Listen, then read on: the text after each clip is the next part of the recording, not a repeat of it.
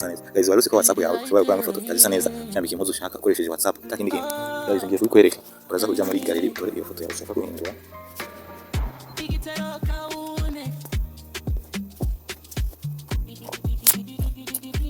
Guys nakubwiye neza ko application ya WhatsApp urashobora gukora ifoto ikaza isa neza. Ndoze ifoto murabibona ngaha, ifoto nyinshi ngaha nakoze nkoresheje WhatsApp.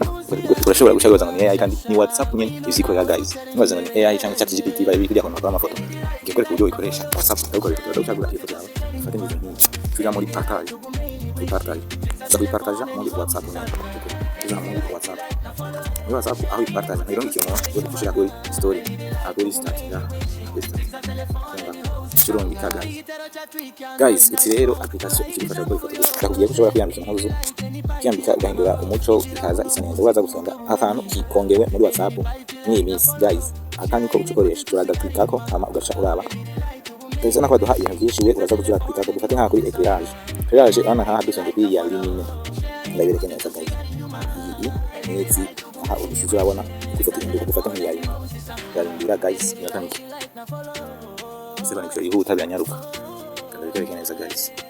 Ni byoroshe ana guys ko nihinduye umuhuzo anako bisa neza guys, agafoto kaba gahindutse ama we ushobora kugerageza ayo bwishi guys usanga uri kurahindura ifoto yawe ikaza isa neza tinka kandi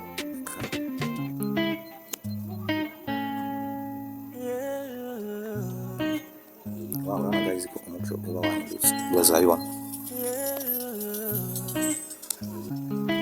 guys. WhatsApp benshi nazi ko ushobora gukora ifoto mbere ni video birakunda guys, nzotamo muri video bikurikira anako uzurahindura guys karaba keza kama mu nyuma ugaca uyaruzisha muri phone guys. Nzotamo no kumva video kufiye muri WhatsApp nyene video ukavugisha ifoto guys.